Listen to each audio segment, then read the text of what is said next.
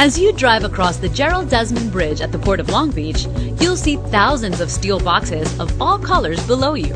Cargo containers full of merchandise headed to our favorite stores or ready to be shipped abroad. Thousands of containers, thousands of trips, and thousands of stories. Have you ever wondered about the stories behind these containers? That's what we asked Alan Bates, terminal manager at SSA, to help us understand. Step 1, of course, is that they are manufactured and sold and/or leased to a shipping line. Then, each container is assigned a unique 7-digit number, kind of like a personal security number, that not only provides a basic description of the container, but is also used to track its journeys. From the terminal standpoint, it tells us the steamship line, who the container belongs to, the cargo that's in the container, whether it's an import or an export, full or empty, destination. It can be going to the rail, it could be going to a local delivery. If it's an export, it'll tell us what port of discharge and what vessel it's going to. The container is the property of the shipping company, which assigns it to specific jobs. Say, for example, the shipping of television sets made in China for delivery to Target here in Southern California. First question, how many TVs fit in one container? A 20-footer, you're looking at a 20-foot box. It's approximately 8 feet wide, 8 feet high. And realistically, you could take probably 150 to 225-inch televisions in boxes that would fit in that size of a container. The container, now full of TVs, would be taken to the ship and loaded either below deck or above deck along with thousands of other containers. But does weight or order matter? And how do they make sure they won't fall off during the voyage across the ocean? As they're loaded, there's what we call locking cones on all 4 corners of the container. As each container lands on top of the next container, those 4 corner locking cones will lock, which secures that container now to the container below. And then as we stack higher, there's cones in between each container on each corner.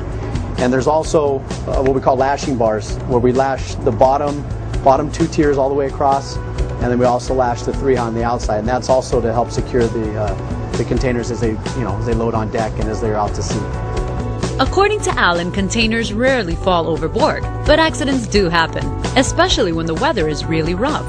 Experts say that a small percentage, an estimated 2,000 to 10,000 containers, do fall every year, like in November of last year, when thousands of Dorito brand tortilla chip bags washed ashore the Outer Banks of North Carolina.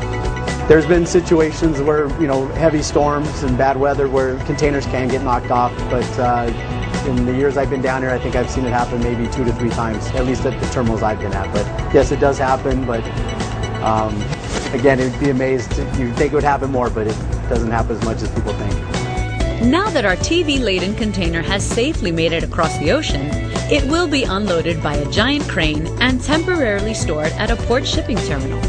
Here at Pier A, there are 15 different rows, laid out in 3 sections, making it possible for the container to be placed in any one of the 45 separate areas in the yard, not to mention stacked 5 high. Why 5, you might ask? Currently we go 5 high with both empties and loads, and that is mostly done because the machines that we own or that we use are only certified to go so high at a certain weight. So we basically couldn't go beyond 5 high at this point. In one of these areas, the container will wait for pickup. When the driver arrives with his empty chassis, he will pull into the gate, give the container ID number to the operator over the speaker system, who will then tell him exactly where the container is located. Knowing the layout of the yard from prior trips, the driver will now go directly to the right area and have the container loaded onto the truck chassis. On his way out through the gate, the truck and container will be weighed to make sure the weight matches the specified weight. This weighing step, by the way, takes place for all containers and trucks coming into and leaving the yard. Each container has its own, based on its size and type, has a maximum tare weight that's allowed. So you basically can't exceed the weight of that container, the safe weight. Otherwise, it damages the integrity of the container. The container could rip open. The bottom floor can fall out. So we have to be real careful that the containers come in are within the weight specifications of that container. So now what happens? Well, our container will be driven to the Target warehouse, unloaded, and then assigned to another job. In its average 20-year lifespan, Each container will make thousands of voyages and visit cities all over the world, carrying everything from TVs to tennis shoes to scrap metal. Depending on the normal wear and tear, you can have containers that are 20 years old and some that may last just a couple years because either they were dropped, damaged, or depending on the type of cargo they had in them, you know, the insides got a little tore up, but it can vary from 1 year to 20 years. These sturdy containers may not look like much, but as you've seen, they are the backbone of the shipping industry, making it possible for us to transport goods all over the world.